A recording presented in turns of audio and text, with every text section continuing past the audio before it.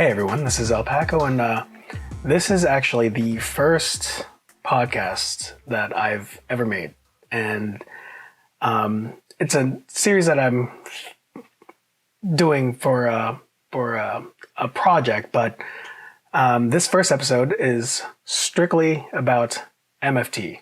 And that is why I am proud to have on as my first guest, Rhett. So to catch the first half of it, you're going to have to go to his channel. So sub to him and watch that first part. How are you doing, Rhett? I'm doing good. And I have to say, these episodes don't necessarily have an order. So if you want to finish this one first and then check out that one, feel free. But we're recording that episode, then this episode. So if you want to experience it as we did in the moment, definitely recommend that episode and this episode. But I don't think it really matters much. So yeah, what are we talking about today exactly? We got MFT. What's going on here? We're going to talk about the future of MFT. Obviously, the only two companies really developing anything for MFT sensors right now is OM and Panasonic. So on your episode, we talked about the future of Panasonic and what you think they're going to come out with and what I thought they were going to come out with. So I think that's a good start for OM as well. Was there a camera that you think that they're going to be coming out with in the future? Well, actually, the thing I kind of wanted to talk to you about first is this. There's a rumor of an OM5. Do we know anything about that? That might be a good place to start of what isn't released yet, but we know is kind of coming. And then we can maybe take some clues from that and see, what that could mean for future releases for them. So what do we know about the OM5 right now? Because I honestly have not looked up anything about it so far. There's nothing about the OM5 online. Actually, let me make sure. This is live research right here. Okay, because I wondered, I'm like, I just have heard the name. Yeah, okay. I mean, there's really nothing positive. The only thing that's on is the rumor that it's going to be like 40 megapixels and that it's not a direct replacement of the EM5, which is interesting to me that it's not going to be a replacement, because what they're saying right now is the EM5 Mark III is still going to be in production while the OM5 is released. So that's kind of a weird thing. So that makes me think that the OM5 is not really, if it's not a direct replacement, and it might actually be a more, what I think it's going to be is it's going to be a more video centric OM camera, more so than the OM1. The OM1 is the sports, super sports, fast wildlife camera. And the OM5 is probably taking the nomenclature of the GH5. So it's probably going to have all of the GH5 specs in it with the new sensor and body.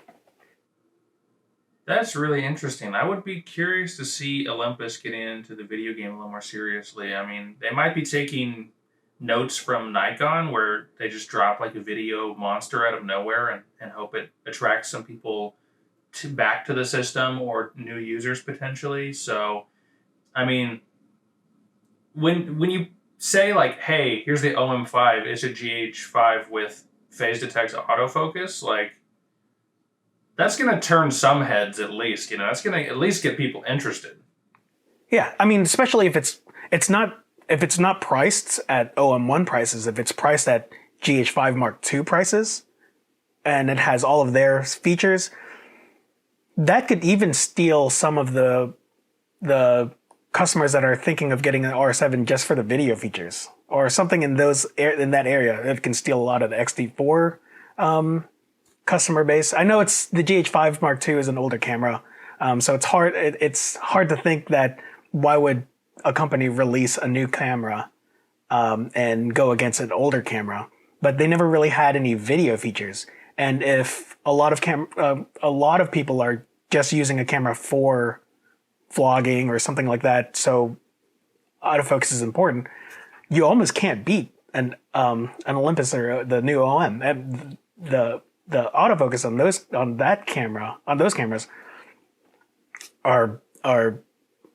second only to Canon and Sony. It even outperforms in Nikon in a lot of ways. And speaking of vlogging, Olympus has historically and to this day has some of, if not the best in-body image stabilization on the market. In fact, I think they're one of, if not the company that pioneered the technology in the first place. And so having a small Micro Four Thirds camera with great IBIS and great phase detect autofocus, it starts kind of making more sense thinking about it in that way, especially because it's likely going to be a little bit smaller than the GH5 too. I mean, it's not hard to be smaller than the GH5, but yeah, very interesting. Yeah, that's what I think it's going to be. It's one of those things where like I think it's going to be this, but I'm still just really expecting a EM5 replacement. Like I'm like split. Yeah, interesting. And because like they could definitely be doing the thing that like Canon did, where it's like, here's the R3. This is not a flagship. This is not a replacement for this whatever. And then it's like clearly is, So it's like companies aren't always like super forthcoming because they still would want people to buy that old camera as well. So they don't want to just say, oh yeah, this is better than every way on this old camera, because then that kind of just like negates any market for the old camera, when they probably would rather keep both of them alive and try to convince people that they're distinct things. So very interesting. I'm really excited to see what the OM5 ends up being, because it's very mysterious right now. It is mysterious. I mean, there's a camp that's expecting it to be a high resolution 4/3 camera, because that's the other camp is. There are a lot of people that do want higher resolution. Me personally, I do use it for product photography. So I've been kind of a slave to high res mode for product shots. I do some work for some magazines and I have to. It can't be under certain megapixels. I think I think it's under 33. I can't remember now because I just turned in 50 megapixels file sizes. But 33 is the lowest it can go. So it'd be cool, honestly, to have a higher megapixel 4/3 sensor. I don't think noise is going to be that big of an issue, just with how post-processing is and all that. I'd rather be able to have the same light at f4 and depth of field at f4 as a full frame would be at f8. I feel that to me is more important, especially for the kind of work that I do. Yeah, for sure. And I've seen rumors and like more industrial developments, I think, or like testing of 33, 35 megapixel Micro Four Thirds sensors. 40 seems like such a huge jump that it seems not plausible to me, but I don't know. Have you done much research into what the actual technical limitations in terms of megapixels a Micro Four Thirds sensor could achieve, like with technology as it is right now, or is that all kind of just theoretical right now? I'm not sure, but there is I want to say there is actually already a 40 megapixel Micro Four Thirds sensor for astrophotography, but I can't remember. I can't remember if that was the actual number, or if that was Bayard or something like that. I don't really know. I definitely know there's like some industrial ones that are in the 30s and 40s, I think, but it seems unlikely, that a camera company would make such a huge jump. You know what I mean? Because it's like they think really far in the future, and so I'm like this. If we're using the Apple analogy like we used before, it's like sure, Apple could take your camera from 12 to like 25 or 50 or 100 megapixels, but then it's like, what are they going to do next year, Yeah. And so, I know that Olympus and Panasonic usually do really put realistically almost every egg in the basket they can and just push it out there. But I don't know. It just seems like such a huge jump up to me that it doesn't feel like they would do it. I feel like the 20 to 25 or 20 to 30, 35. Yeah, I agree. I'm not expecting that's, to me, that's unrealistic is 40 megapixels.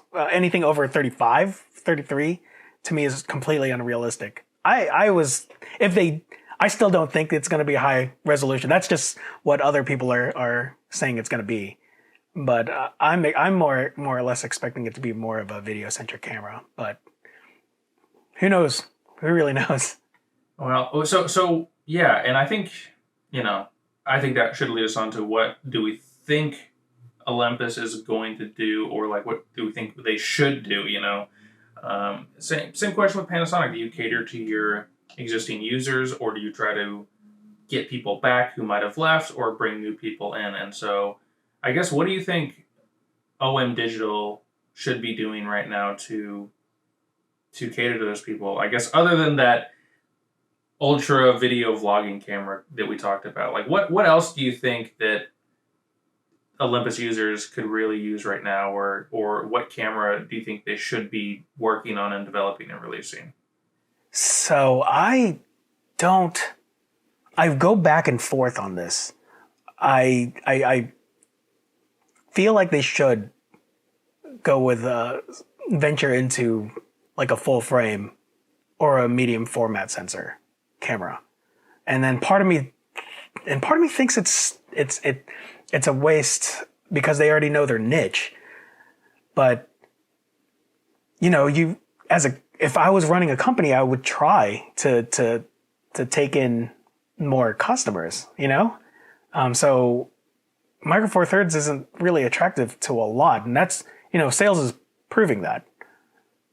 So I feel like quick history here, before the EM1X was actually released, Olympus was actually going to make, they had a prototype for a medium format camera. And they were going to use M-mount lenses. They used M-mount lenses for that prototype, but it was really boxy looking and it was really cool. But I'm thinking a lot of landscape photographers use Olympus cameras. And if they can have a smaller sized medium format camera, that could probably steal some of the Fuji users away. Fuji just released a medium format camera that's not actually a medium format size. It's just slightly larger than full frame. And I think maybe it would be smart for OM to maybe work with Fuji to make a medium format, or work with Sony to make a full frame camera. They already use a lot of Sony parts, so I feel like that handshake is pretty easy. This is actually really interesting to me, and I think it's a great idea because, you look at the world of medium format stuff, and you got a lot of choices, but like, do any medium format cameras have stabilization? Do any medium format cameras have good autofocus? These are things that Olympus could like realistically take from their past cameras and apply to a new format that could make people jump to Olympus for this camera. Because, like I said, there are things lacking for medium format photographers that I think Olympus could solve those issues, either by themselves or in tandem with another company that might want to invest in that sort of thing. They could even, team up for the kind of the first time with Panasonic and even, and join, the L-mount or make this, who knows? I think that's something we talked about before as well, which was like Panasonic and Olympus almost seem to have begrudgingly started this system together, and they never really like worked that well together. You look at the focus rings; they turn the zoom rings turn the opposite way on their cameras. The aperture rings don't work across platforms. It's like there's not as much communication and collaboration as I think wish there would have been. So that's interesting. And that's the crazy part, because up until the GH3 and the EM5 II, they actually worked well together. I don't know if you know this, but their lenses matched perfectly. There was no like weird limitation between each company. I remember I had a GH3 and a first gen EM1, and there was nothing that really like felt different between the two. It wasn't, I don't know what it was, but right after the GH3, when the GH4 came out and the EM1 Mark II came out, that's when it kind of split. I don't know what happened. I can't wait to see the HBO docudrama that lays out the dramatic breaking up of Panasonic and Olympus. But it's like a Hollywood marriage that they have to stay together for the optics. They're just like, well, we're still in the system together, but like they hate each other now. It is really weird, right? So yeah, maybe someday we'll get the full story. And then that's the other thing too is Panasonic used to make a lot of stuff for Olympus and vice versa. So now from the EM1 2 on, Olympus started using a lot of like Sony pieces. Yeah, I mean even the sensors, like they used to use Panasonic sensors, Panasonic Tower Jazz sensors. That was when Tower Jazz was owned by Panasonic or whatever, but they used to use Panasonic processors. They used to use a lot of Panasonic parts, but they're more Sony than anything now. All right, guys. My camera died after that last tirade, but we are back. Thanks for putting up with my constant technical difficulties and all 10 of my batteries being dead. So yeah, we got OM Digital.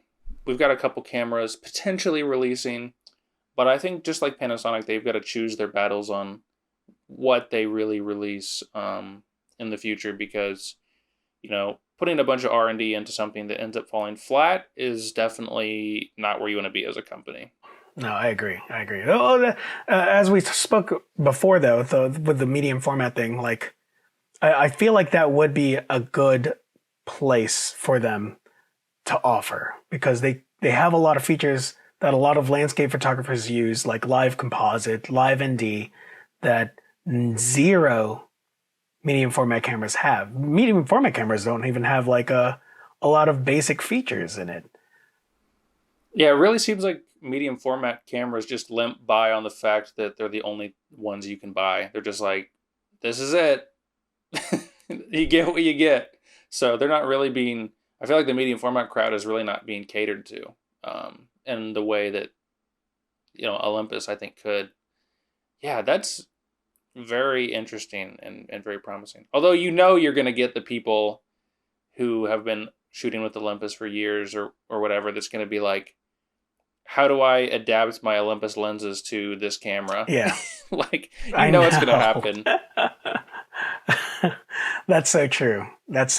I mean, did Panasonic have that with the transition to the Oh, really? Dang. I see it a lot, and I don't want to I don't mean to poke too much fun at anybody. Me and you are super giga nerds when it comes to this stuff, and know way too much about flange distance and electronics and physics and all that stuff. But just for a general tip for people who are trying to conceptualize this stuff, because we were all at that point at one point or another. Any kind of format switching or adapting a mirrorless system to another mirrorless system, as a general rule, is extremely difficult or impossible depending on the format. And so, as a general rule, Canon RF to Leica L, Micro Four Thirds to, RF or Sony E, they're just generally borderline, if not completely physically impossible. So let's talk about some Olympus lenses that we might want to see in the future. We talked a little bit about this maybe in the Panasonic video, so again, check that out. But maybe you can flesh out some of your ideas for what Olympus could do with or OM Digital. Sorry, everybody. But actually, what was the fact you told me about the name OM? It's I feel like it's still fine to call them Olympus because the O in OM Digital is still Olympus. The O and M stands for Olympus Maitani. Maitani is the pioneer that really put Olympus on the map. So the whole system is really a love letter to Maitani. That's why they call it OM. Yeah, so it's okay to say Olympus, everybody. Yeah, The Olympus it's fine. expert, Just call him Olympus. Jeez Louise. if anything, I think you're probably the number one authority, in my opinion, on Olympus and Olympus history. So if you're giving us the go ahead to still say Olympus, I mean, it's just like people calling Panasonic Panasonic. It's like technically you should say Lumix, but That's what I was thinking too. Like it's just a name. Jeez Louise. yeah, I mean, as long as you know what people are talking about, you're good. You know, that's how language works. So, but anyway, so what are some of these lenses you think that Olympus might have some more design space to play with to take advantage of the system, or maybe just things that you would personally like to see? You know, we're all full of bias here, so just you know, lay it all out there. I think the biggest area for not just Olympus, Panasonic should venture into this too, is more of the budget telephoto primes. We spoke about it a little bit earlier for Panasonic, but I think, or I feel like OM should have a 400 millimeter, like f5.6 budget prime to go against Canon's 600 millimeter f11 lens. The 600 millimeter f11 lens that Canon just came out with the R7 is going to steal a lot of Micro Four Thirds shooters because that combination alone is $2,200. It made me think about it. Like it made me think, do I really need an OM1 when I can get that combination for the same price as the camera? I mean, sure, it doesn't have the same build quality, reach, and capabilities as the OM1, but it's pretty close. It's close enough for me to not spend $2,200 on a body alone. The other thing too is that, well, this one is more of a rumor. There's already a rumor for, and I think it's actually in their lens trajectory map thing. But I think there is going to be a 100 millimeter f2.8 or f4 prime, and that's something that I would really like too, because that 200 millimeter to 400 millimeter is what I use a lot of as well. What about you? What are you thinking for OM? Well, first I want to talk about some of the stuff that you were saying, because yeah, I think if Olympus came out with a lens like that, it would probably sell really well, because, and even if it's a little slower than f5.6, I think 5.6 would be nice, but if they got to keep the budget down and call it like f6.3 or something weird like that, whatever they got to do, I mean, people will make it work, because I do know a lot of people who just prefer the casual Olympus, like Panasonic Micro Four Thirds, or even Fuji a little bit, for like wildlife, because it's just that bit smaller for people who want to be more casual about it, or, you know, older people, to be fair, like who have been shooters for years and have downsized to Olympus or Panasonic. You know, it's a real use case for those systems, and especially for people that don't need the best results of like a 50 megapixel Canon with like a giant lens. If they just want to capture something and show it off, like something I've learned talking to birders is they don't really care about like the artistic quality. As long as you captured it competently, that's even more exciting to them than like a really polished like wildlife photo half the time. Have you ever gone birding before? I've tried a few times. I mean, some of my best birding shots were like the GH5 with like a Pentax 100 to 400 adapted to it with manual focus, you know? And I'm like, these shots are terrible. And then my bird like my one good friend who's a birder is like, "This is amazing! Look at that owl! What a great shot!" I'm like, "Yeah, I had to crop it 400%." And he's like, "It's amazing." I'm like, "It's not even in focus." He's like, "I don't care." So like, yeah, some kind of prime, and again, like it would be so easy to beat that Canon for build quality because it's like fixed aperture, and that doesn't mean it's like you can't stop down or up from No, f11. Like it's just It- literally it- stuck. So it's it wouldn't such be hard an easy to beat it lens for to beat. features. No, Yeah, exactly. no. If anything, it's easier on Micro Four Thirds to Yeah. get those further reaching lenses. And I think they're already leaning into that world a little bit. So just Yeah, but they're still so. I mean, like, so for example, so for birding, it's fine to use the 45 to 150 with a teleconverter, but I mean, the prices still start to add up. I was thinking like under $700 is what I would, because that 600 millimeter is under $700. yeah, I think using that as a model, like match the price, give it a few more features and a little bit better build, but still keep it. I think the price sets the tone for that lens for sure. So, but again, I was really just saying they're embodying that spirit. You know, they're not coming out with like faster lenses and bigger lens. They're pushing the smaller and more compact but still high performance lenses. And again, those are pricey, but it gives me hope that like they're understanding that could be a use case for people who want these smaller sort of things and don't need, f1.2 lenses, or it's basically the opposite of what Panasonic's doing, which is making those crazy 1.7 zooms, which I wonder if, just a taste for the Panasonic users that came over. I do wonder if they'd ever come out with a third lens in that series, like an even more telephoto version, like a 1.7 zoom. But I feel like, only time will tell, because like 100 to 150 or something crazy like that, I don't know. Is it possible? Who knows? Man, that'd be a wild lens to have. Like It would be huge.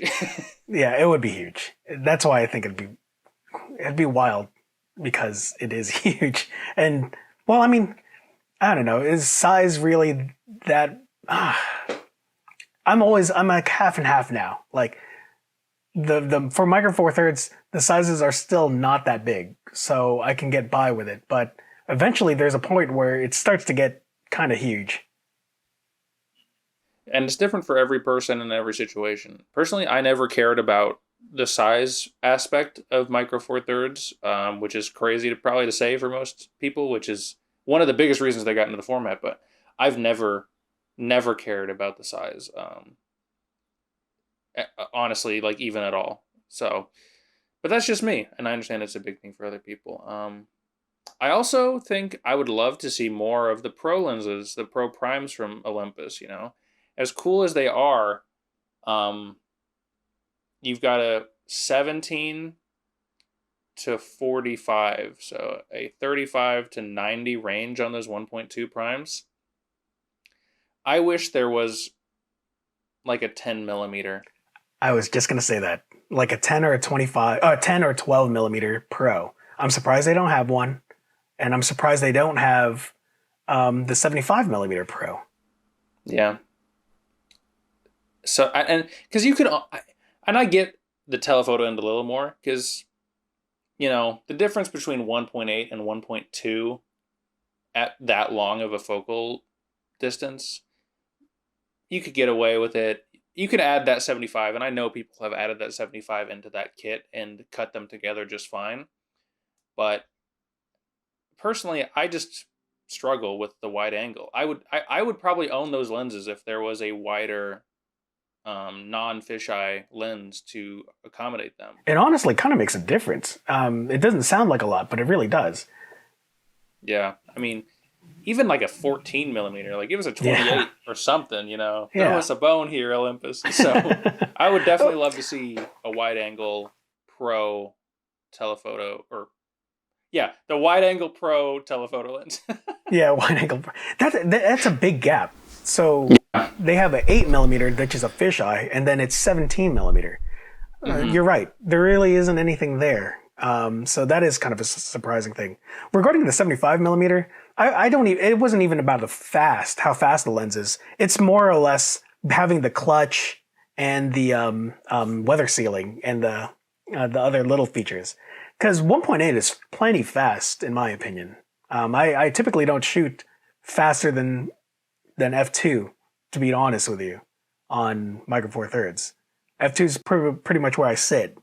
But it would be nice to have in that there, because there really isn't anything in that half of the range, like that reaches up to 100, in between that 100 area. Yeah, for sure. I think if they could make that rumored 100 millimeter or whatever you're talking about earlier an f2 or something, that would be really nice. But I wonder if they could push the limit on that. That might make the price prohibitive for a lot of people too. So I don't know, but yeah, I definitely and again, I think Olympus, just this concept again, I is in my head of like, where are you losing money? Yeah, there's Olympus people buying the Panasonic Leica 9mm that just came out because Olympus doesn't have anything to offer other than like zooms that are big. Like the 7-14 is great, but no filters and it's huge. So it's tough out there for the wide angle Micro Four Thirds users. So I mean, it's getting even tougher for Micro Four Thirds users in general. That's true. You know what does kind of give me hope though is that can't remember if it was TT Artisans or Seven Artisans. One of those companies, they joined the Micro Four Thirds thing, and that'll enable them to create autofocus lenses for the format. So if hopefully one of them will create an autofocus wide angle, the last thing we need is another 25 millimeter lens. It seems like everyone has a 25 millimeter lens for Micro Four Thirds, and it doesn't make sense. Like that's the most saturated area, focal length. Right, and it's like, okay, Laowa and Seven Artisans and 5 other companies and Midicon, and like it's like, yeah, okay, I know it's an easy focal length to make, but that doesn't mean, just because you can do something doesn't mean you should. So, and even without autofocus, something that I've wanted for a long time is just some kind of communication with your camera. Give me a full manual lens with contacts so I can put it right on my camera without changing the focal length. Yeah, it just changes the focal length, and then maybe even relays your aperture. So maybe you can't control the aperture, but if you set it to f1.4, it'll tell your camera for the metadata it was at f1.4. I mean, let's look at Voigtlander, who makes lenses for Micro Four Thirds. Their full frame lenses, the new ones, all do this, and have electronic contacts and pass along that information for stabilization. And if I was Voigtlander or Seven Artisans or whatever, even if I couldn't immediately go right into a full autofocus system, I would look into it down the road. But I would also consider these controls, because having just pop on a lens, you're good to go. It has the contacts. It tells you the lens information. It's just a much more seamless experience than having to enter in the focal length every time. You're absolutely right. Like honestly, with wide angles, it's easy to focus anyway. So I mean, it'd be fine for it to be manual focus. There is a company that has one 10 millimeter lens. I forgot what it was. I think this is Laowa again, right? It is Laowa. Oh. Because they had the 7.5 and then they released the 10 millimeter as well, and people were like, what's the point? But people who wanted that 20 millimeter focal length were like, this is what I need. So yeah, I'm pretty sure, and I think that does have the contacts. So. Yeah, that's the one. Yeah, that does have the contacts, and that is so handy. Like they don't even. You're right. They don't need autofocus if they could at least give us that, and that shouldn't be too hard to install in a lens, right? Or you would think. It's been done, you know. I mean, there's tons of cinema lenses too that for EF mount and things like that that have all that data passing through for visual effects and for camera ops and things like that. And you know, this actually leads me into something. You know, let's talk Micro Four Thirds, but not Olympus. Something that I don't know why there isn't more of is Micro Four Thirds cinema zooms that have this electronic context I'm talking about. So I 'cause the literally have biggest that written on my thing. really, Why Panasonic? And yeah, I will even screenshot it and show it to you and highlight it. oh But I my literally gosh. have it written. Why doesn't Panasonic and Olympus make cinema lenses? I mean, it doesn't even have to be. I mean, and I don't mean it doesn't even have to be just for Micro Four Thirds. But I'm surprised they don't have more cinema lenses in general. Those cinema lenses they sell so well, especially in those higher end market. Panasonic's they make really great lenses. So does Olympus. But yeah, you're right. It's so funny that you brought that up. But I'm surprised. I mean, just look at. I mean, Fuji has those two MK lenses, or maybe there's more at this point, but I don't know. They have those lenses, and they're super popular, and people that would never use Fuji for anything like those lenses and use them specific. Like they adapt the systems just to get a hold of those lenses, and so again, you wouldn't need autofocus or anything. But personally, me, the reason I never got anything like there's a few third party cinema lenses out there for Micro Four Thirds, but for me, I just am like, I'm either going to have to turn image stabilization off or I'm going to have to constantly be changing it. And I definitely can't ever zoom inside of a shot. But if we just had a full manual cinema lens that constantly sent the camera the focal length to adapt the image stabilization on the fly, that would be incredible. I mean, like that's all you would really need. And I would have bought multiple cinema lenses zooms at this point if that could be a feature. But trying to zoom a manual lens with no contacts on Micro Four Thirds is just a recipe for disaster. It's like, what do It you do? is. Put it in the middle and hope for the best on the wide and telephoto end? That's actually what I used to do. That I literally did just that on my EM1. I would literally just keep it in the middle and not veer off very far from there. That was so annoying. What I did like though was the GH5 not having IBIS. That really helped me a lot, and to kind of replace that. But then you don't have IBIS, so.